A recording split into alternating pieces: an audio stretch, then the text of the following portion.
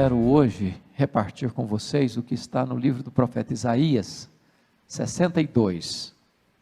Eu vou me deter nos versos 6 e 7, mas eu quero convidar vocês para lermos 62 de 1 a 7.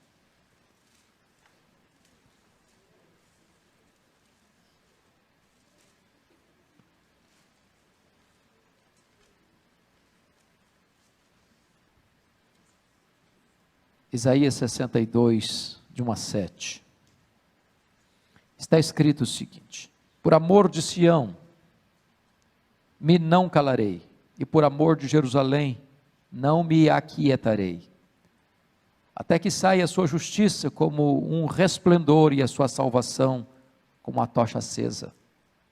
As nações verão a sua justiça, e todos os reis a tua glória.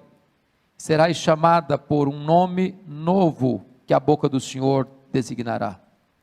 Serás uma coroa de glória na mão do Senhor, um diadema real na mão do teu Deus.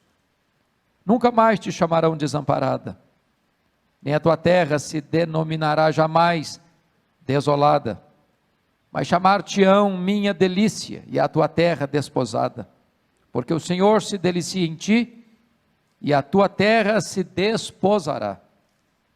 Porque como o jovem desposa a donzela, assim teus filhos te desposarão a ti, como o noivo se alegra da noiva, assim de ti se alegrará o teu Deus. Agora vamos nos deter nos versos que vamos trabalhar hoje aqui, versos 6 e 7, se você tem a versão atualizada como a minha, leia comigo por favor, vamos juntos? Sobre os teus muros, ó Jerusalém, pus guardas, que todo dia e toda noite jamais se calarão. Vós os que fareis lembrar do Senhor, não descanseis, nem deis a ele descanso, até que restabeleça Jerusalém e a ponha por objeto de louvor na terra. Amém. Bom, esse texto começa com promessas. E o contexto aqui é de uma Jerusalém desolada, e Jerusalém aqui é um emblema, é um símbolo do povo de Deus, é um símbolo da igreja, e nesta tarde eu gostaria que nós encarássemos como um símbolo da nossa família. Reveses acontecem, lutas chegam, tempestades desabam, crises nos emparedam, e há momentos em que parece que a nossa Jerusalém fica desolada, mas Deus está agora prometendo que esta terra, que esta cidade, que este povo, não vai mais ser um povo desolado, mas vai ser a delícia de Deus, não vai trazer mais desgosto para Deus, mas vai ser o prazer de Deus. E numa linguagem humana, e ele não poderia encontrar uma mais poética do que esta, ele diz assim: como o noivo se alegra da noiva, assim de ti se alegrará o teu Deus.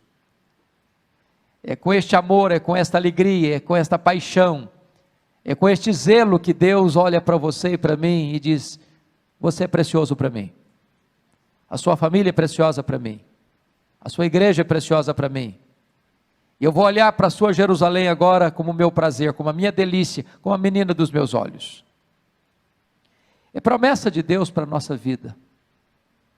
Às vezes a gente fica pensando que Deus passa perto da gente, corta a volta, prende o nariz, porque o cheiro é muito ruim, mas não é assim que Deus olha para a gente.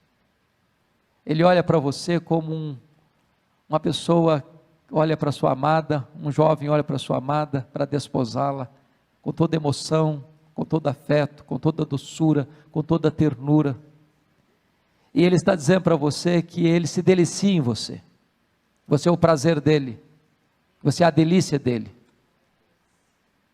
e que Ele tem restauração para a sua vida. Esse texto, depois de tratar das promessas, vai mostrar que, embora as promessas nos são feitas, mas nós as obteremos por meio da oração. A restauração veio por meio da oração. E os grandes momentos de avivamento na história, na igreja, na família, vêm como resultado da oração. É quando o povo de Deus clama, é quando o povo de Deus se humilha, é quando o povo de Deus se curva, é quando o povo de Deus tem fome, tem sede, é sobre esta terra seca que Deus derrama do seu Espírito. E eu quero conclamar vocês para pensarem comigo sobre isso. Quando Deus quer fazer uma grande obra na nossa vida, na nossa casa, na nossa igreja, já dizia o teólogo clássico do avivamento, Jonathan Edwards, então Deus começa a despertar o seu povo para orar. Enquanto não há despertamento para a oração, as chuvas não chegam, as torrentes não descem, o avivamento não acontece, os milagres de Deus na nossa vida, na nossa casa, na nossa igreja, não acontecem. Foi quando Elias subiu para o cume do Carmelo que as torrentes caíram. E hoje eu gostaria que vocês olhassem comigo essa passagem bíblica, e tirasse daqui 7 lições. Eu não sei se você tem o hábito de andar com a caneta, andar com um caderninho, andar com um papel, ou se você tem agilidade no seu smartphone para anotar isto, mas eu queria compartilhar com vocês aqui 7 características de uma oração por restauração, da nossa Jerusalém, da nossa casa, da nossa igreja, da nossa vida. Como é que deve ser essa oração? E os versos 6 e 7 trazem para nós o conteúdo desta oração por restauração. Então, em primeiro lugar, anote aí, uma oração por restauração é uma oração cheia de expectativa. Olha o verso 6, sobre os teus muros, ó Jerusalém, pus guardas. As cidades naquela época eram amuralhadas, e o guarda ficava em cima, em torres, sobre os muros, para 2 finalidades. Primeiro, para alertar quando um inimigo estava chegando, para botar o povo em alerta, para convocar o povo para uma batalha, para reunir as suas forças para um grande combate. É muito importante você entender que quem ora precisa estar vigiando. Oração é guerra, oração é batalha, oração é convocação para um grande conflito espiritual. E quando você se põe de joelhos, você precisa entender isso, que há uma orquestração contra a sua vida, há uma orquestração contra a sua família, há uma orquestração contra a sua igreja, e nós devemos orar como guardas em cima de um muro, de olhos abertos, vigilantes, atentos para os perigos que nos rondam e nos cercam. Mas em segundo lugar, esse guarda, ele existia lá, ele estava lá, com essa expectativa também do socorro de Deus, da ajuda de Deus. Quando você ora, você tem que ter essa expectativa, com um guarda em cima de um muro. Lembra do profeta Abacuque? Quando a situação foi tão crítica para o seu país, e diz a Bíblia, que ele se colocou sobre a torre de vigia, para esperar a resposta de Deus. Esse é o desafio de Deus para você e para mim, de você orar pela sua família, nessa expectativa, de que Deus vai agir, de que Deus vem ao seu encontro, de que Deus vem em seu socorro, de que Deus vai atender o seu clamor, de que Deus vai ver suas lágrimas, de que Deus vai trazer auxílio para você na sua necessidade. É com essa expectativa, é a expectativa de Jacó, que se agarra ao Senhor, e não o larga, até receber a bênção. É a expectativa do leproso que chega para Jesus e diz: Senhor, se tu quiseres, tu podes purificar-me. É a expectativa desta oração que conecta o altar com o trono, e do trono vem como grandes e poderosas intervenções de Deus na nossa vida e na nossa história. A primeira coisa, ao orarmos por nossa família, pela nossa igreja, nós precisamos orar com grande expectativa, como um guarda em cima de um muro. Segunda coisa, oração por restauração é uma oração perseverante. Olha o verso 6 ainda, que todo dia e toda noite jamais se calarão. Então não é apenas você ter expectativa, é você perseverar. O nosso problema, na verdade, irmãs, não é começar a orar, é continuar orando.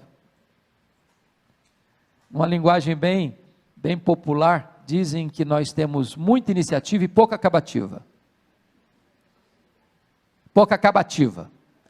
Nós perseveramos muito pouco. Nós temos dificuldade de continuar insistindo com Deus numa causa. Jesus Cristo, lá em Lucas 18, nos falou sobre a necessidade de orar sem cessar e nunca esmorecer.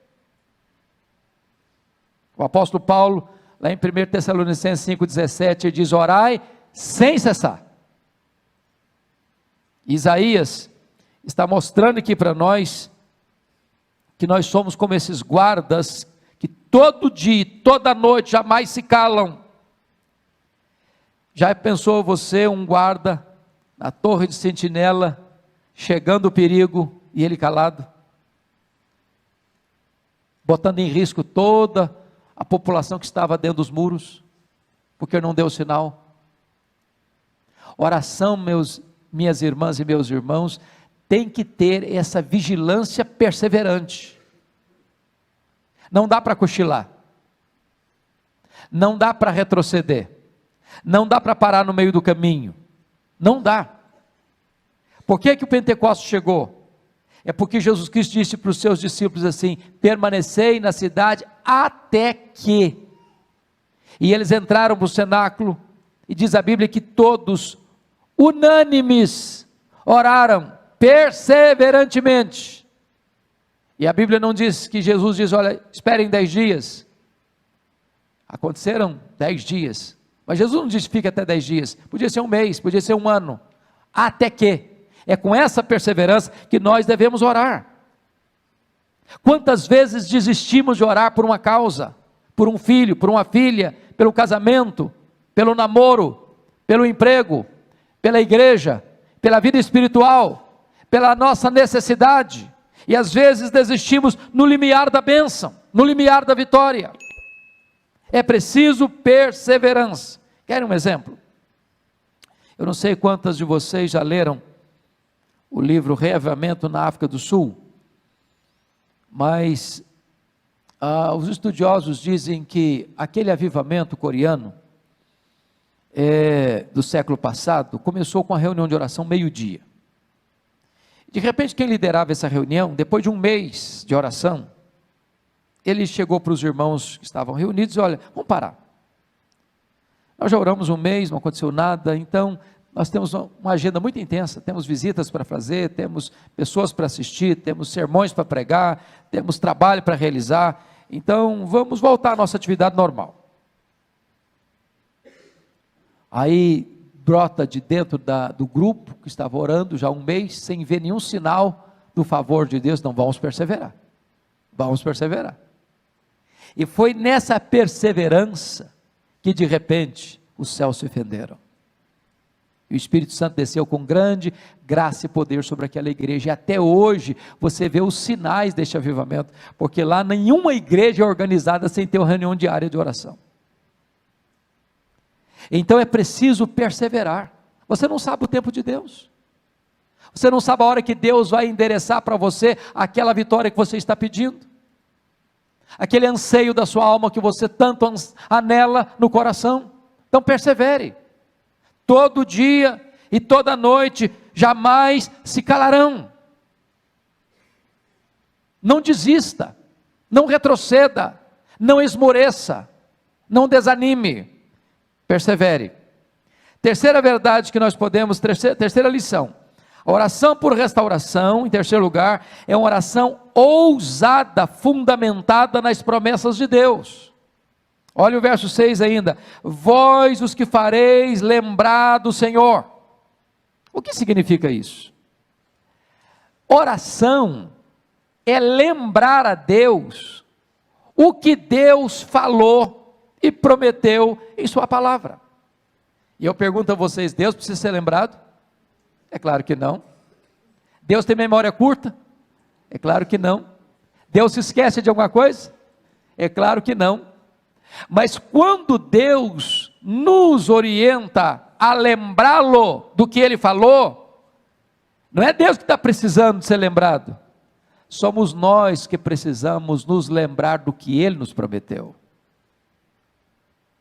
Porque oração é exatamente falar para Deus, falar: Deus, eu estou pedindo o que o Senhor prometeu, é orar as promessas de Deus, é orar a palavra de Deus, e orar as promessas de Deus, e pedir para Deus aquilo que Ele já prometeu na sua palavra, é ter a convicção de que você está orando segundo a vontade de Deus, porque Ele vela pela sua palavra em a cumprir, Ele não deixa que nenhuma das suas promessas caia por terra, em todas elas, nós temos o sim, e nós temos o amém, louvado seja Deus por isso.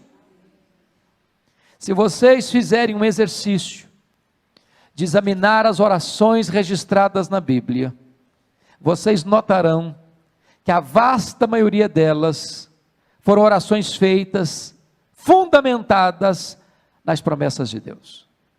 Foi assim com o rei Ezequias, foi assim com o rei Josafá, foi assim com o profeta Daniel, foi assim com Neemias. Eles começam a orar dizendo: Deus, tu falaste, tu prometeste, a tua palavra diz. E quando você ora assim, você ora com ousadia, você ora na convicção de que você está pedindo algo que é da expressa vontade de Deus, porque Deus não deixa a sua palavra e as suas promessas caducarem. Vocês acham que Deus está interessado na salvação da nossa família? Vocês acham que Deus se interessa pela salvação dos nossos filhos? Vocês acham que Deus se interessa pela harmonia do nosso casamento? Vocês acham que Deus está interessado na salvação de toda a nossa casa? Promessa dele, nossos filhos são herança dele. Deus prometeu, e nós devemos orar assim: Deus, tu falaste, tu prometeste, os nossos filhos são teus, não geramos filhos para a morte, não geramos filhos para o cativeiro, não geramos filhos para servir o mundo, nós geramos filhos para o louvor da tua glória. Então, Senhor, alcança o coração deles, então, Senhor, cerca a vida deles com o teu cuidado, então, Senhor, manda alguém lá onde eles estão, manda um mensageiro teu lá onde eles estão, manifesta o poder da tua graça, abre para nós uma porta da tua providência. Nós precisamos orar desta maneira, as promessas de Deus. Quarta lição, uma oração por restauração, é uma oração ininterrupta e infatigável.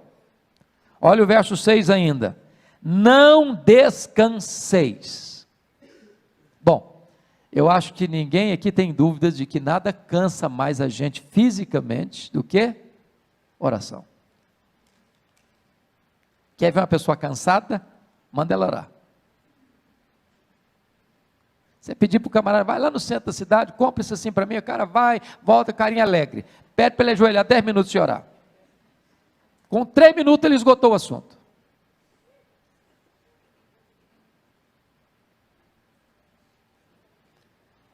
Não descansei, sabe o que significa, amadas irmãs? Oração é batalha, é guerra, produz fadiga, produz esgotamento, e o texto está dizendo o seguinte: não permita que o seu corpo seja um impedimento para você prosseguir, não afrouxe as suas mãos, não ensarilhe as suas armas, é preciso tenacidade para não retroceder, é preciso disposição para não se acomodar. Veja comigo como é que Jesus orou no Getsemane. Quem pode dar para mim algumas características da expressão corporal de Jesus ao orar ali no Getsemane? Primeiro, suava. Agora, estava frio ou estava quente? Você tem plena certeza que estava frio. Por que você sabe que estava frio? Porque naquela mesma noite que ele foi preso, lá no pátio da casa do sumo sacerdote, para onde ele foi levado, tinha o que lá? Uma fogueira. E o Pedrão ficou bem perto do fogo para quê? Se aquecer. Se tivesse calor, ele ia procurar um ventilador. Estava frio. E ele estava suando. Segundo, ele estava chorando convulsivamente, diz Hebreus 5:7. oferecendo forte clamor e lágrimas. Terceiro, ele estava suando sangue. Às vezes, meus irmãos, a nossa oração é tão rasa, é tão superficial, é tão epidérmica, é tão vazia, que nem os lábios a gente abre. Nós não botamos o corpo, não botamos a alma, não botamos a força, não botamos energia, não botamos o nosso ser por completo nessa oração. Não descanseis. Eu fico olhando alguns exemplos bíblicos, como o exemplo de Ana.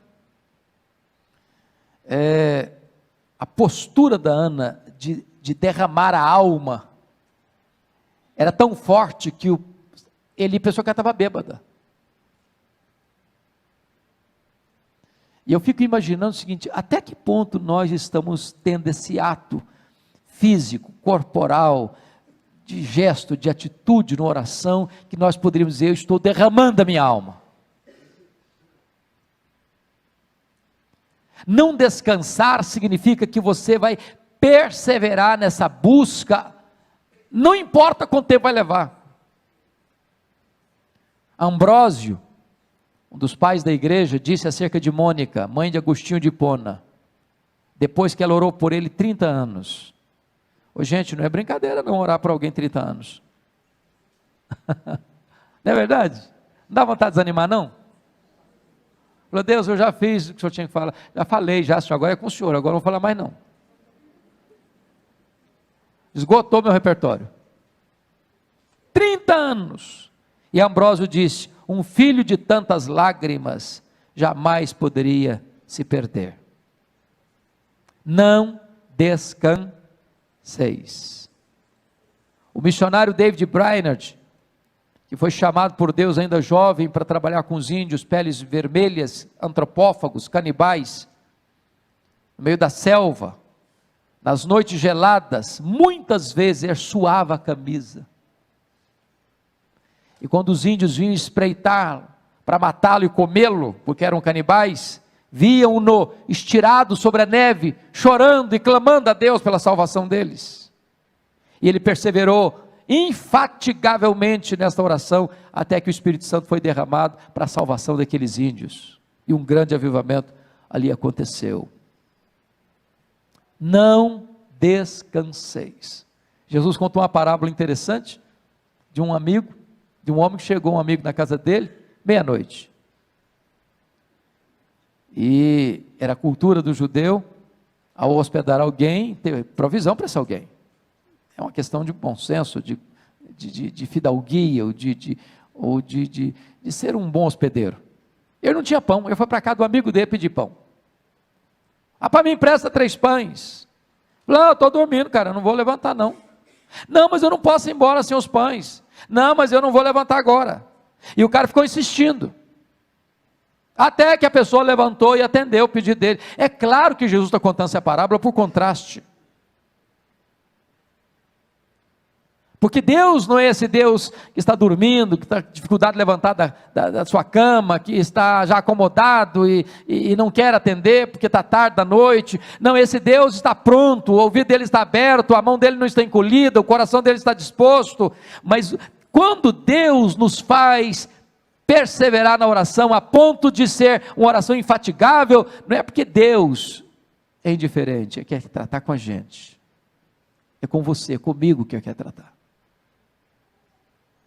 É por isso que a Bíblia diz: não descanseis.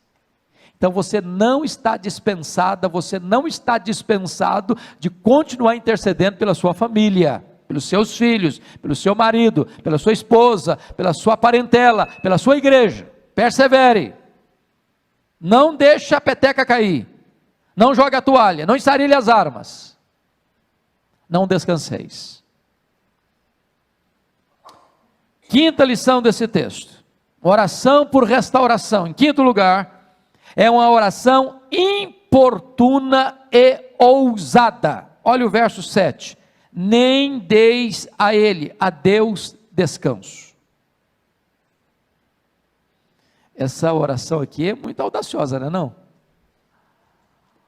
Você já pensou o que é que o profeta Isaías diz para os olhos? Não dê a Deus descanso, não. Não deixa Deus cochilar, não. Continua batendo. Lutero dizia que oração é esmurrar o céu. Jesus ensinou que orar é pedir, buscar e bater.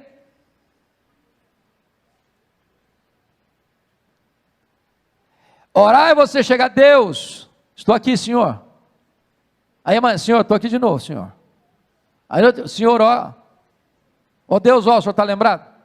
O Senhor prometeu, né? Estou aqui de novo. O Senhor já tem uma semana, já tem um mês. O Senhor já tem um ano. O Senhor já tem 10 anos. O Senhor tem 20 anos. Estou aqui, Senhor, ó. O Senhor prometeu. Estou aqui de novo. Estou aqui outra vez. Olha eu de novo aqui. Não deis a Deus descanso. Irmãos, é claro que isso é uma linguagem humana para nós. Vocês estão percebendo? Vocês acham que Deus fica assim, incomodado? Quem lembra do filme O Todo-Poderoso? O camarada lá que tentou ser de Deus, e aí, tanto pedido, ele botou atender tudo uma vezada só. Não, Deus não tem esse problema que você e eu temos de agenda cheia. Deus não fica estressado porque todo mundo está pedindo ao mesmo tempo.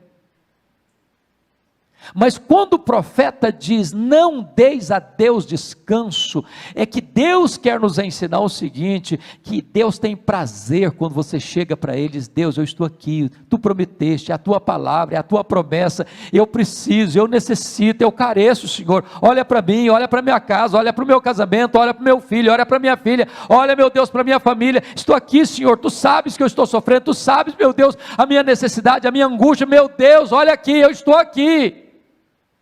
É Deus quem nos orienta a fazer isso. Não deis a Ele descanso. Lembra do Jacó? Eu acho maravilhosa a figura do Jacó. A Jacó grudou no anjo, que o anjo era o próprio Deus. Eu não te deixarei ir se tu não me abençoares. É assim que você deve orar. Lembra do Moisés, quando está orando pela nação rebelde? Senhor, perdoa esse povo, senão o Senhor risca o meu nome do livro. Ou uma coisa ou outra. É com essa audácia e com essa humildade é que ele chega diante de Deus. Eu fico impressionado com a oração de Abraão em favor de Ló e da família de Ló, quando a cidade de Sodoma estava sendo destruída. Você insistir com Deus, Senhor, se eu tiver lá tanta gente, e se tiver tanto, e se tiver tanto, e se tiver tanto, e se tiver tanto, e Deus, não, eu vou atender. Ele parou de orar, porque se ele tivesse continuado, Deus continua respondendo. Não deis a Deus descanso.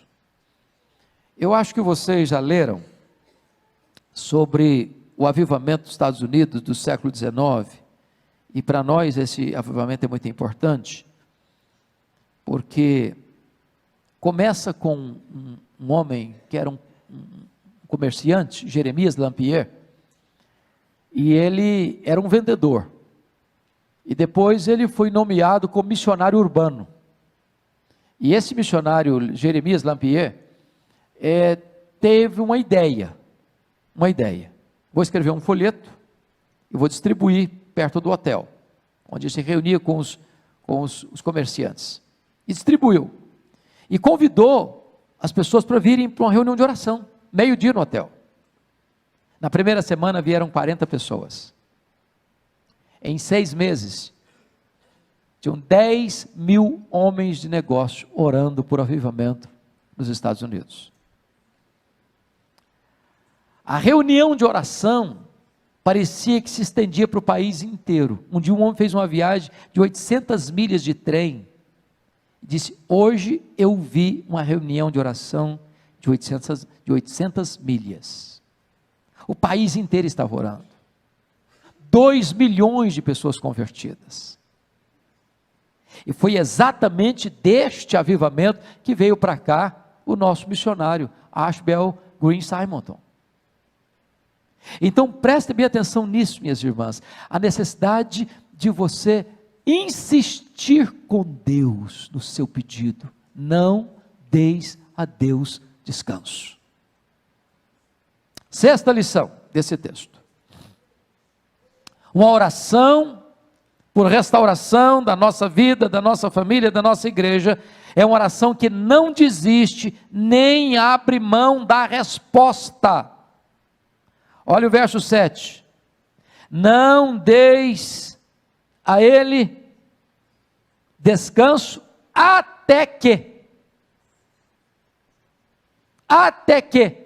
restabeleça Jerusalém. Se você gosta de grifar na sua Bíblia, grife essa frase aí, até que.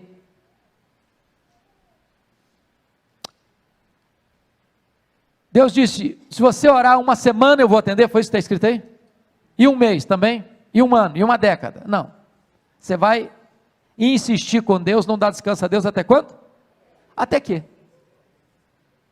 Então você vai orar pelo seu filho, não vai? Está orando por ele. Até quando? Até que. E pelo seu marido? Até que. Pela sua casa? Até que. Você não vai desistir. Você não tem licença para desistir. Você não tem permissão para desistir.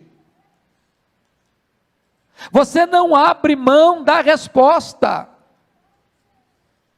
É com essa garra, é com essa determinação, é com esse entendimento espiritual, é que nós devemos orar, minhas irmãs, meus irmãos.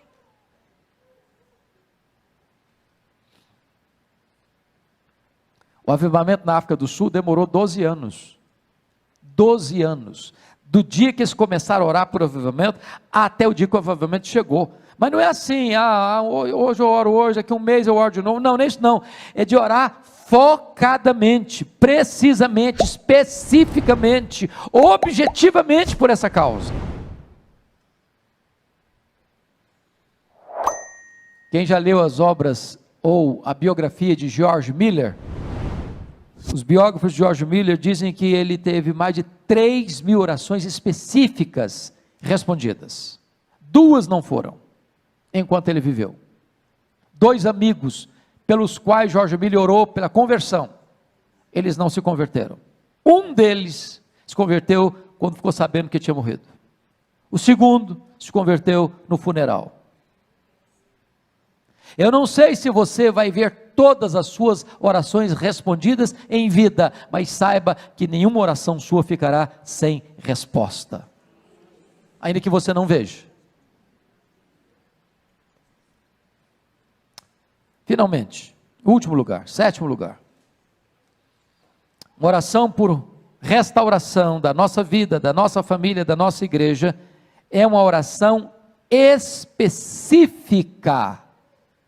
por uma intervenção sobrenatural de Deus, por uma restauração gloriosa de Deus. Olha aí o versículo 7, até que restabeleça Jerusalém e a ponha por objeto de louvor na terra. Jerusalém estava desolada,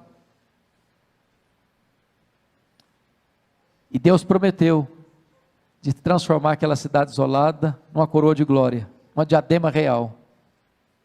Aquela cidade que estava provocando a ira de Deus, o desgosto de Deus, seria a delícia de Deus. Em vez de Deus olhar para ela e cortar a volta dela, Deus olhava para ela como um noivo desposava a sua amada, tendo prazer nela, contentamento nela e felicidade nela. E agora que Deus prometeu isso, Deus nos ensina a orar até que isso aconteça. Vejam vocês que Ele não está pedindo bênçãos materiais, Ele está pedindo que Deus restabeleça Jerusalém e a ponha como coroa de glória na sua mão. Ele está pedindo um reavivamento espiritual, Ele está pedindo uma restauração espiritual, Ele está pedindo um novo vigor espiritual para a cidade de Jerusalém, que é um símbolo da igreja, que é um símbolo da nossa vida, que é um símbolo da nossa família. E a pergunta que eu faço para você hoje é esta: o que é que você está pedindo para Deus, para a sua vida, para a sua família, para a sua igreja? O que é que nos encanta? Tiago diz que pedis e não recebeis. Por quê? porque diz mal, para esbanjardes nos vossos próprios deleites. Às vezes nós pedimos para Deus, mas não sabemos pedir como convém. Às vezes nós pedimos para Deus uma pedra, pensando que estamos pedindo um pão, uma cobra, pensando que estamos pedindo um peixe, um escorpião, pensando que estamos pedindo um ovo, o que vai nos destruir, pensando que estamos pedindo o que vai nos dar vida, porque às vezes os nossos pedidos são egoístas. Mas se nós estamos pedindo conforme a vontade de Deus, se nós estamos orando as promessas de Deus, se nós estamos dizendo para Deus o que Ele mesmo nos disse em sua palavra, se nós estamos querendo de fato uma restauração para a nossa vida e para a nossa família e para os nossos filhos e para a nossa igreja, podem ter certeza que não cairá esta oração em ouvidos moucos, que os ouvidos de Deus não estão surdos. Estas mãos não estarão encolhidas para nos estender e nos dar a resposta, porque o braço de Deus está estendido, porque Ele tem pressa e tem prazer em atender aos seus filhos. Ele conhece as nossas necessidades, mesmo antes de nós as proferirmos, e Ele é rico em graça, rico em misericórdia, tem prazer em perdoar, tem prazer em restaurar, tem prazer em abençoar o seu povo. Eu queria orar com vocês hoje, orar pela nossa casa, orar pela nossa família. Nenhum de nós aqui, certamente pode dizer, não, estou tão bem, como a igreja de Laodiceia, que eu não preciso de nada, estou rico e abastado. No próprio momento que a gente pensar isso, é porque nós já estamos numa situação muito crítica. Todos nós estamos precisando, todos nós estamos precisando. Todos nós queremos mais de Deus na nossa casa, mais de Deus na nossa casa. A nossa casa não precisa tanto de mais coisas, precisa mais de Deus, mais de Deus. Então eu gostaria que nós orássemos nesse sentido. Se você quer colocar uma causa específica hoje, não uma causa genérica, mas específica, eu quero hoje orar pelo meu marido, quero hoje orar pelo meu noivo, quero hoje orar pela minha esposa, quero hoje orar pelo meu filho, a minha filha, eu quero hoje orar por um reavivamento dentro da minha casa, por uma restauração espiritual dentro do meu lar, por uma libertação dentro da minha família, por uma cura dentro da minha família. Nós vamos colocar esta causa nas mãos de Deus, crendo que Deus é poderoso para fazer infinitamente mais. Então, se você deseja fazer isso, onde você está, fique em pé e nós vamos orar.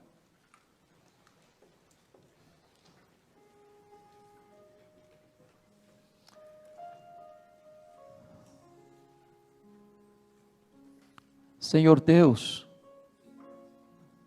Tu és maravilhoso, Tu és revestido de glória e poder, Tu és fiel a Ti mesmo, fiel à Tua própria palavra, fiel às Tuas próprias promessas. Nós estamos aqui cheios de esperança, porque a esperança que temos não emana de nós mesmos, não procede do braço da carne. A esperança que nutrimos na alma emana da Tua própria palavra, palavra viva, palavra poderosa, palavra que não pode falhar. Nós não estamos endereçando a nossa oração a um ídolo mudo, a um Deus pagão. Nós estamos nos dirigindo a Ti, Deus, Criador dos céus e da terra, aquele que tem o controle da história nas mãos, aquele que olha do céu e contempla o povo a quem Tu amaste desde a eternidade. Glória ao Teu nome, porque nós fomos amados, atraídos por Ti, transformados por Tua graça. E hoje, nesta tarde, o que nós pedimos é restauração, é um reavivamento para a nossa alma, um reavivamento para o nosso coração, para a nossa família, para a nossa casa, a nossa família, Senhor. Meu Deus, vá ao encontro do marido, vá ao encontro da esposa, vá ao encontro do filho, da filha, vá ao encontro do pai, da mãe, em nome de Jesus. Vá ao encontro do irmão, da irmã, do tio, da tia, do avô, da avó. Traz salvação para a nossa família, Senhor. Aqueles que estão cativos, liberta-os. Aqueles que estão longe, os pródigos, traz-os de volta à tua casa. Aqueles que estão desviados, toca o coração deles. Aqueles que estão vivendo, meu Deus, apáticos, uma vida mundana, meu Deus, abre os olhos da alma e mostra a eles o banquete da graça. Traz restauração para a nossa casa, traz cura para a nossa casa, traz paz para a nossa casa, traz alegria para a nossa casa, traz a doçura da tua presença para a nossa casa, enche a nossa casa com a tua glória, Senhor. Bendito é o teu nome, porque tu és o Deus que responde orações. Bendito é o teu nome, porque tu não despedes vazios aqueles que chegam na tua presença com o coração quebrantado. Glória ao teu nome, porque tu és o Deus vivo, o Deus que faz maravilhas, o Deus que responde o clamor do aflito, o Deus que atende a necessidade daquele que está carente, o Deus que enche de bens o faminto. Louvado seja o teu nome, por esta gloriosa e bendita hora de oração. Glória ao teu nome pelas pessoas que vieram a esta tarde aqui buscar a tua face, que ao voltarmos para casa, Senhor, voltemos como Ana um dia voltou, com brilho no rosto, com a promessa da vitória nas mãos. Louvado seja o teu nome, em nome de Jesus, aleluia, amém, amém, louvado seja Deus.